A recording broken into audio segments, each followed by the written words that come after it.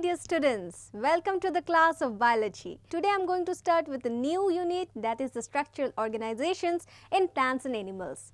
In this unit you are going to get 3 chapters, and in today's sessions I will discuss about the first chapter, that is the morphology of flowering plants. So with the name of this chapter, what you are going to see that there are 2 familiar words, that is the morphology and the flowering plants. Morphology, which means the external features, and flowering plants that we get in angiosperm, that means those plants which are going to flower. Now let's see what is this morphology. Morphology is the study of all different kinds of external features. In this morphology, we are going to study different parts of the plants. This part of the plants comprises of 2 systems that we call as root systems and shoot systems. Root system, which is present in the soil, and the shoot system is above the ground. In the shoot system, you are going to get different parts like leaves, axillary bud, flowers, fruits, everything is found in the shoot systems. Now this morphology is of 2 types. What are they? They are external features and internal features. If you have to study the internal features, what we have to do? We have to dissect the part of the plant and we have to observe it under the microscope. And another one is internal features, that we call it as anatomy. We study the cells in details. So this is about the morphological part. Now let's see what is the advantages of this morphology, how it is helpful to us. So in the morphological structure, we are going to get several advantages. What is it? The first one is it helps in the identification of the plants, whatever its type, what kind of plant it is, whether it is aquatic, whether it is terrestrial, everything found in this morphological parts. And the next is it tells us about the variations which occur in different species. While another one is if there is any shortage in the mineral compositions of the plant, they are going to show some structural changes. Those structural changes can be observed in morphological parts. So there are so many advantages for this morphological features. Now let's see what is this external feature is about. In the external feature, you are going to study the root system and shoot systems. In the root systems, you are going to study different types of roots. Along with this, we are going to study the regions of the roots which are essential for their growth. Next is their modifications of the roots. So let's see the first one, that is the root systems, how it is originated. Roots arises from the radicle of the cotyledons.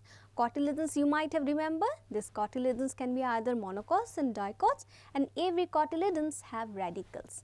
These radicles form the primary roots, and these primary roots form some lateral roots which can be secondary, tertiary, etc.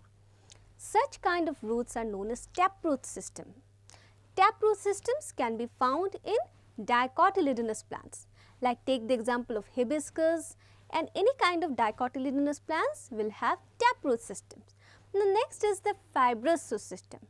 What is fibrous root systems?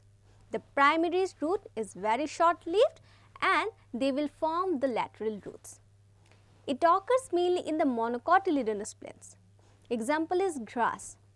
If you pull out any grass, you will observe that there are some tiny roots. Those roots are nothing but fibrous roots. Another kind of roots is known as adventitious roots. In the case of adventitious roots, the roots arises from other part than radicals. You can see this picture, what is happening here? The roots are arising from the nodes of the stems. So this is nothing but adventitious roots. It grows mainly in banyan tree and in many higher plants. Now let's see the regions of the roots which are helpful to study the morphology of the flowering plants. Now what is the regions of this root? So with this diagram you can see there are certain regions of the roots which are helpful in many purposes of these root systems. So the first one is root cap. Root cap is a thimble-like structure and it consists of parenchymatous multicellular layers. This root cap helps the apex of the root to move to the soil. After the root cap, you can see there is a region of meristematic activity. So meristematic activity, that means the cells are very active in these regions and it helps in the growth of the roots. After this meristematic activity, there is a region of elongations. This region of elongations help the root systems to elongate, and it also helps the roots to grow. After these root systems, there is another one, that is the region of maturations. In this region of maturations, it forms lateral roots and some secondary and tertiary roots. After this, you can see there are root hairs. These roots here are nothing but a slender outgrowth of epidermal cells. It increases the surface area for absorptions. Now you know that there is various function of these root systems. They absorb the water and minerals from the soil above the plants with the help of the tissue that we call as xylem tissues. They take the water along with the minerals from the soil above the plant. So this is all about the regions of the root. So these regions are going to help in various functions. Roots here, I have told you, they increase the surface area.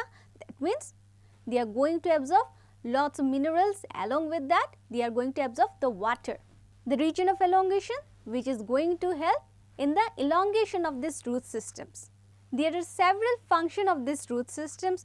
Along with the transportations of water along with minerals, they also helps the plant to give support, right? They help the plant to stay upright. Otherwise, if there is no root, the plant will not survive. Modifications which take place in these roots. Now let's see another one, that is the modifications of roots. Now what is modifications of root? In the modifications of root, we are going to see that these roots changes its shapes for various functions. So the first one in this picture is about prop root, where you have seen these pictures. This is nothing but banyan tree. These are the roots of banyan trees. Such kind of roots are called as prop roots. These roots arises from the branch of the plant, and it grow inside the soil and work just like a normal root systems. So this is a very important one, and we can see this prop roots in banyan tree. Now let's see another one, that is the stilt root.